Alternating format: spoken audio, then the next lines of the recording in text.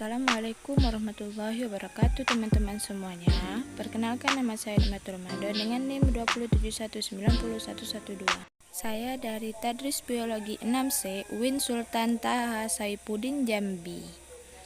Di sini saya akan menjelaskan tentang organisasi sel hewan. Selamat menonton.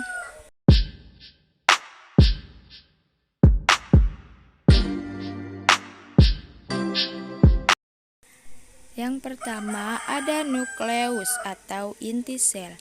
Nah, nukleus adalah organel sel yang mengatur dan mengendalikan aktivitas sel. Organel ini memiliki fungsi sebagai berikut. Yang pertama ada tempat terjadinya replikasi. Yang kedua, menyimpan informasi genetik. Yang ketiga, untuk menjaga integrasi gen-gen. Yang keempat, untuk mengendalikan proses metabolisme dalam sel. Yang terakhir ada untuk mengontrol aktivitas sel dengan mengelola ekspresi gen.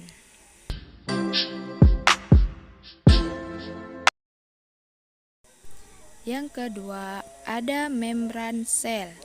Nah, fungsi membran sel ini yang pertama untuk mengatur keluar masuknya nutrisi dan mineral. Yang kedua sebagai pembungkus atau pelindung sel. Yang ketiga untuk menerima rangsangan dari luar. Yang keempat untuk tempat berlangsungnya sebagai reaksi kimia. Nah, pada gambar yang di samping ada struktur membran sel. Yang pertama ada di luar sel, yaitu protein dan corpuscles, yaitu yang ada di dalamnya transport. Yang terakhir ada lipid bilayer.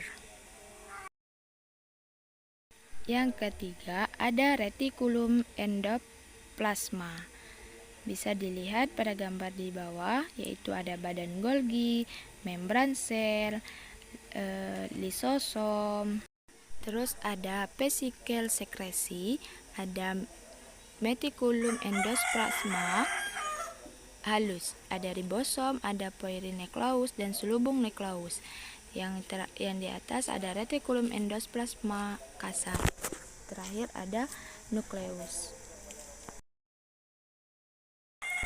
Nah, selanjutnya ada fungsi retikulum endoplasma.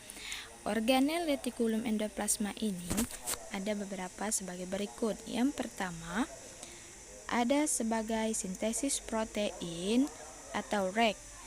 Yang kedua, sebagai tempat pengangkut sintesis steroid dan lemak. Yang ketiga, sebagai tempat untuk menyimpan fosfolipid, steroid, dan glikolipid.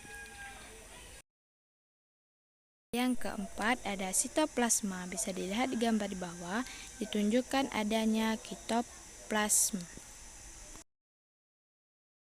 Selanjutnya ada fungsi sitoplasma, yaitu memiliki fungsi sebagai berikut. Yang pertama sebagai sumber bahan kimia sel. Yang kedua, tempat berlangsungnya metabolisme sel. Nah, pada gambar di samping ada bagiannya. Yang pertama ada retikulum endoplasma kasar, yang kedua ada ribosom, retikulum endoplasma halus, mitokondria, nukleoplasma, nukleus, membran inti, ada aparatus Golgi, sentriol, lisosom, sitoplasma, dan membran sel. Yang kelima ada mitokondria. Organel ini memiliki fungsi yang pertama sebagai representasi seluler, yang kedua sebagai penghasil energi dalam bentuk ATP. Nah, pada gambar di samping ada ATP seed particles. Yang kedua ada ribosom, ada granules, ada kristal, DNA, inner membran, dan outer membran. Yang terakhir ada ATP synthase particulate. Selanjutnya yang keenam ada lisosom. Nah, struktur lisosom ini ada 5. Yang pertama ada membran, yang kedua ada enzim hidrolitik, yang ketiga ada lapisan lipid, yang keempat dan kelima namanya membran transport protein terglikolisasi. Itulah bagian-bagian daripada lisosom. Selanjutnya ada fungsi lisosom. Nah, ada 4 fungsi. Yang pertama, untuk mengontrol pencernaan intraseluler.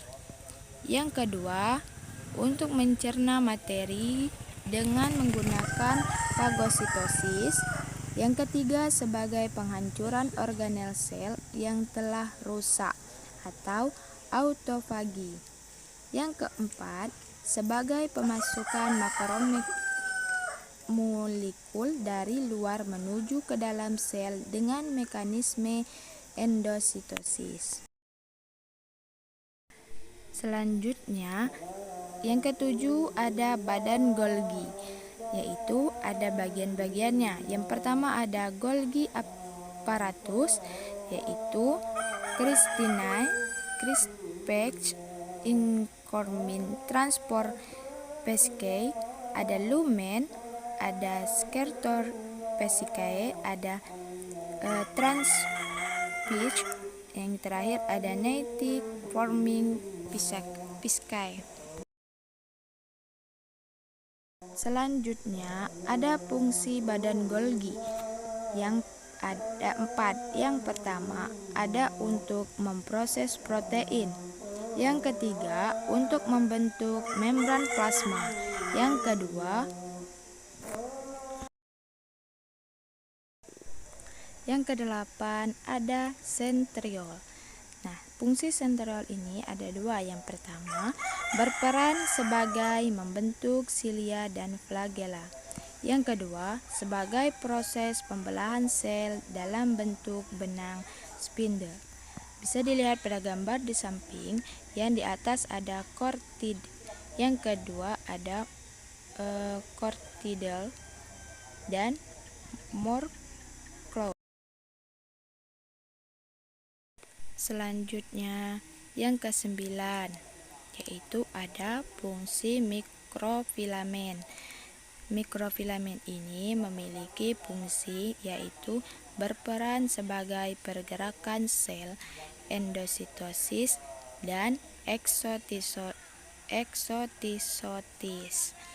Pada gambar di samping ada namanya, bisa dilihat ada namanya tubulin subunit. Panjang di bawah sekitar 20 mm, yaitu part of a microtubule. Yang kedua ada one polypeptide chain, yaitu panjangnya sekitar 8-12 nm. Yang C, part of an intermediate filament. Yang terakhir ada part of a microfilament, yaitu ada actin subunit yang panjangnya sekitar 5-7 nm. Yang ke-10 ada ribosom. Nah, di dalam sel ribosom ini terdapat terikat yang berada pada retikulum endoplasma kasar atau REK. Nah, atau membran inti sel. Ribosom ini memiliki fungsi sebagai tempat berlangsungnya protein sintesis protein. Pada gambar yang di samping, yang pertama ada mRNA, yang kedua peptide, yang ketiga ada tunnel, yang keempat ada wide chain peptidase, yang ketiga ada tRNA mid aminosugar, terus ada Klein Unterheit, terakhir ada Height.